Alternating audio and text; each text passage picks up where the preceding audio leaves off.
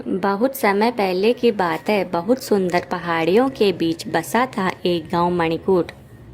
मणिकूट गांव में एक वृद्ध महिला रहती थी जिसका नाम था गौरी अम्मा।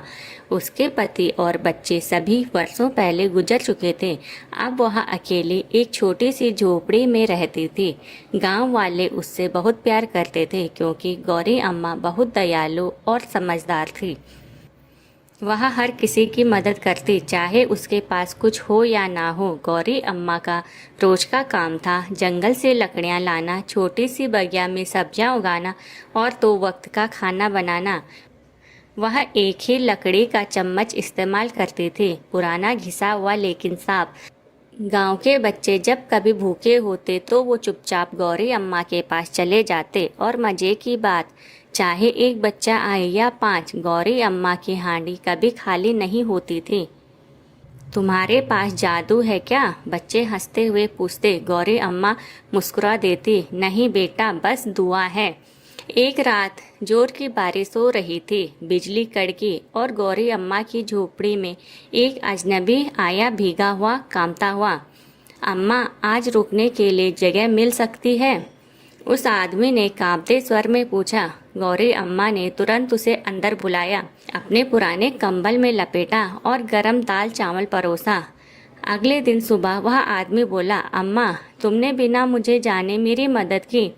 असल में मैं कोई आम आदमी नहीं हूँ, मैं हूँ जादूगर विष्णु, जो सिर्फ सच्चे दिल वालों को इनाम देता है। गौरी अम्मा हैरान रह गई। जादूगर ने अपनी थैली से एक चमकता हुआ लकड़ी का चम्मच निकाला और बोला, इस जादुई चम्मच से जो भी खाना तुम बनाओगी वो कभी खत्म नहीं होगा, जब तक तुम किसी भूखे को स्वार्थ से दूर और प्रेम से खिलाओगे। गौरी अम्मा ने हाथ जोड़कर कहा, मुझे तो पहले भी भूखों को खिलाने में सुख मिलता था, अब तो ये सेवा और आसान हो जाएगी। जादूगर मुस्कुराकर अदृश्य हो गया। अब रोज की तरह गौरी अम्मा खाना बनाती और बाहर खटिया पर बैठ जाती। जो भी बच्चा, बूढ़ा, औरत भूखा आता, उसे गरम खाना खिलाती।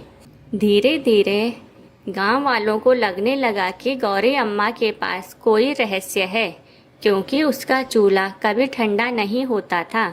एक दिन रोहन नामक एक शरारती लड़का गौरी अम्मा की झोपड़ी में छुप गया और देखा कि वह चम्मच में कुछ फूंक मारती थी और फिर खाना बढ़ता ही जाता था। वह दौड़कर अपने दोस्तों को बताने लगा, अरे वो चम्मच तो जादुई है, अगर मेरे पास वो होता तो मैं कभी भूखा न रहता। अब रोहन की दिलचस्पी उस चम्मच को पाने में हो गई, लेकिन गौरी अम्मा ने कभी किसी को चम्मच छूने नहीं दिया।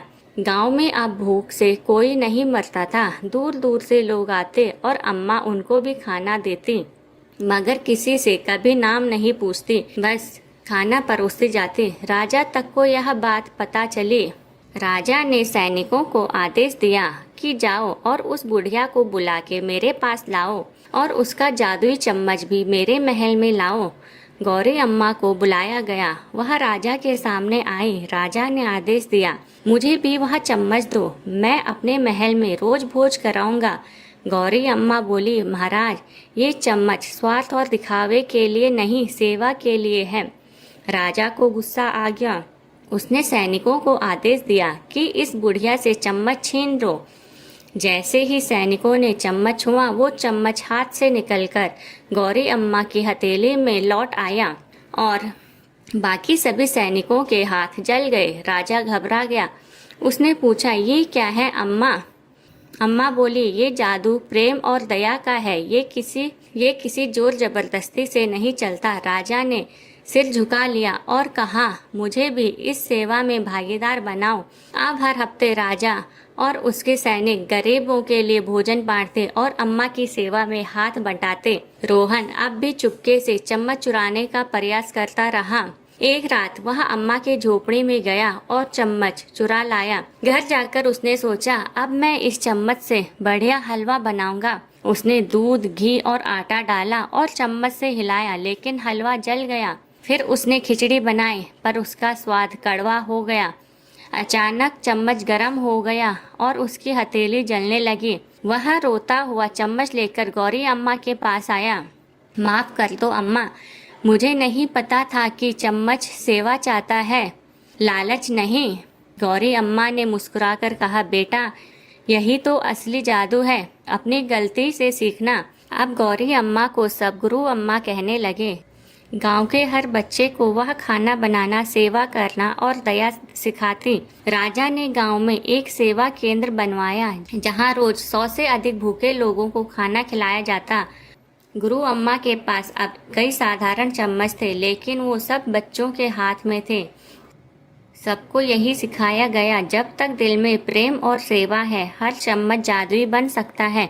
गौरी अम्मा ने एक दिन कहा, बच्चों जादू चीज़ों से नहीं, हमारे इरादों में होता है।